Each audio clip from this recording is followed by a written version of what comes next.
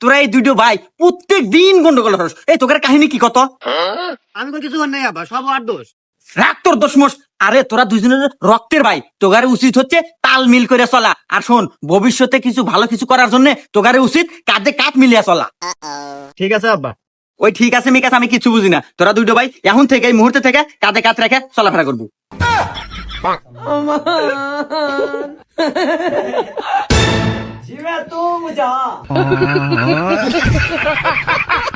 আল্লাহ, এই নাকি আমারই সওয়াল। কাকারে কি বুঝাইলাম?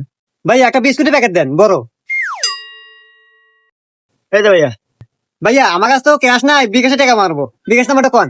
হ্যাঁ ভাই তোলেন। না, এই বিকাশে টাকা দেখে আমার ফোন দেয়। হ্যালো, এ বন্ধু ক। হ্যাঁ বন্ধু, তোর কাছে কি বিকাশ অ্যাকাউন্ট আছে? না।